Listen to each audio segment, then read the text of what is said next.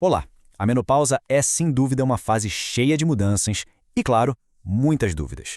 A ideia aqui é a gente fazer uma jornada guiada por essa transição, trazendo mais clareza e informações práticas. O objetivo é que esse caminho seja o mais tranquilo possível para todo mundo. Vamos lá? Sabe aquelas ondas de calor que chegam do nada? E os ciclos menstruais que de repente ficam todos irregulares? É super comum pensar, meu Deus, o que está acontecendo com o meu corpo? Mas olha, esses são sinais esperados, viu? Eles indicam que uma fase nova está começando. Vamos entender juntinhos o que cada um deles quer dizer. Para a gente navegar bem por essa fase, o primeiro passo é conhecer o mapa, né? Então vamos começar entendendo os termos, as etapas dessa jornada, para tudo ficar mais claro e a gente saber direitinho onde está pisando. Primeiro, vamos falar do termo mais amplo de todos, o climatério. Pensa assim, o climatério não é um evento de um dia só, é a temporada inteira. Ele engloba todo o período de transição, desde os primeiríssimos sinais até a fase que vem depois da menopausa, marcando o fim da vida reprodutiva. E dentro dessa grande temporada que é o climatério, a gente tem a perimenopausa. É aqui que a transição realmente dá as caras. É nessa fase que os hormônios começam a flutuar bastante, e aqueles ciclos que eram um reloginho podem virar uma bagunça. É o corpo avisando que a menopausa está chegando. E aí a gente chega na menopausa. Um ponto super importante. A menopausa não é um processo longo, ela é um marco, uma data específica. O diagnóstico, na verdade, é feito olhando para trás. Quando uma mulher completa 12 meses seguidinhos sem menstruar, a gente diz que a menopausa dela aconteceu há 1 ano. Vamos dar uma olhada em como essa transição costuma acontecer. Geralmente, lá pelos 40 anos, começa a ficar mais comum ter ciclos sem ovulação. Mais para frente, perto dos 47, o intervalo entre as menstruações tende a aumentar. E essa fase de irregularidade pode durar de 1 a 3 anos até chegar à última menstruação, que é o que dá início à pós-menopausa. Mas afinal, o que causa tudo isso? A resposta está numa verdadeira dança dos hormônios. Conforme os ovários vão respondendo menos aos estímulos, o cérebro tenta compensar e manda mais do hormônio FSH. Por isso, os níveis dele sobem. Ao mesmo tempo, a produção de estradiol, que é o nosso principal estrogênio, começa a cair.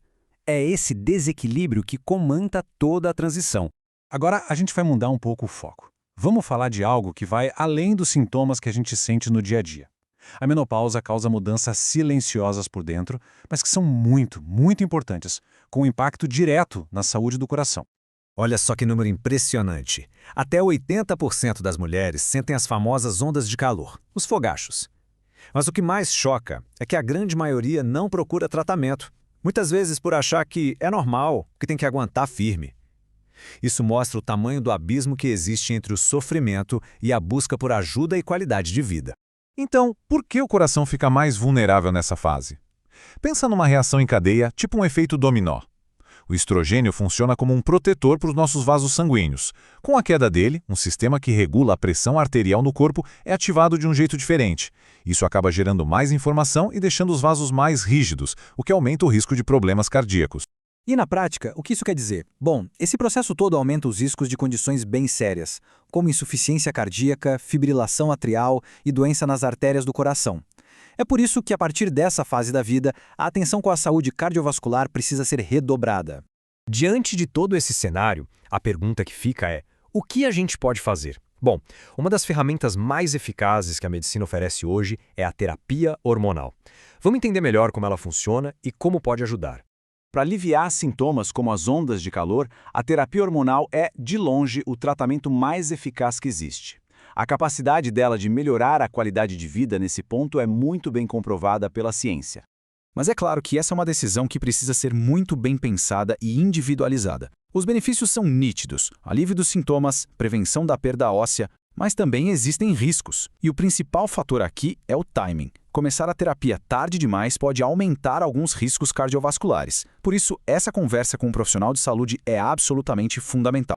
E essa frase aqui, retirada das diretrizes médicas, resume tudo perfeitamente. A terapia hormonal não é uma decisão do tipo comecei e pronto, esqueci. Não, é um acompanhamento constante, onde a equipe de saúde e a paciente reavaliam de tempos em tempos se os benefícios ainda estão superando os riscos. Certo. Então, para quem a terapia hormonal é mais indicada, e talvez o mais importante, quando começar? O tempo é um fator-chave para a segurança e para a eficácia do tratamento. E isso nos leva a um conceito muito importante, a janela de oportunidade. Essa tal janela de oportunidade é o período ideal para iniciar a terapia, nos primeiros 10 anos depois da menopausa e de preferência antes dos 60 anos de idade. Por quê? Porque começar nesse período parece trazer até benefícios cardiovasculares. Já começar mais tarde pode não ter esse mesmo efeito e até aumentar alguns riscos. Então, para ficar bem claro, de um lado, a gente tem as candidatas ideais, que são mulheres com sintomas, com menos de 60 anos e dentro daquela janela de 10 anos. Do outro lado, existem situações onde a terapia é absolutamente contraindicada, como histórico de câncer de mama, de doença cardíaca ou trombose. A avaliação médica individual é sempre indispensável. E para aquelas pessoas para quem a terapia hormonal não é uma opção? É fundamental conhecer as alternativas, claro, mas, mais importante ainda, é entender o que a ciência de verdade diz sobre a eficácia de cada uma delas. É importante ter em mente que muitas alternativas bem populares, como acupuntura ou fitoestrogênios, não conseguiram provar em estudos sérios que são melhores do que um placebo para os fogachos. E aqui vai um alerta muito importante. Os chamados hormônios bioidênticos manipulados não são recomendados pelas sociedades médicas. Eles não têm os mesmos controles rigorosos de segurança e eficácia, o que representa um risco. E para fechar, a mensagem mais importante de todas é esta. A jornada pelo climatério é única, é individual. Não existe uma receita de bolo que sirva para todo mundo. A melhor decisão vai ser sempre aquela construída numa conversa franca e aberta com um profissional de saúde de confiança, personalizando o cuidado para garantir a saúde e, acima de tudo, a qualidade de vida.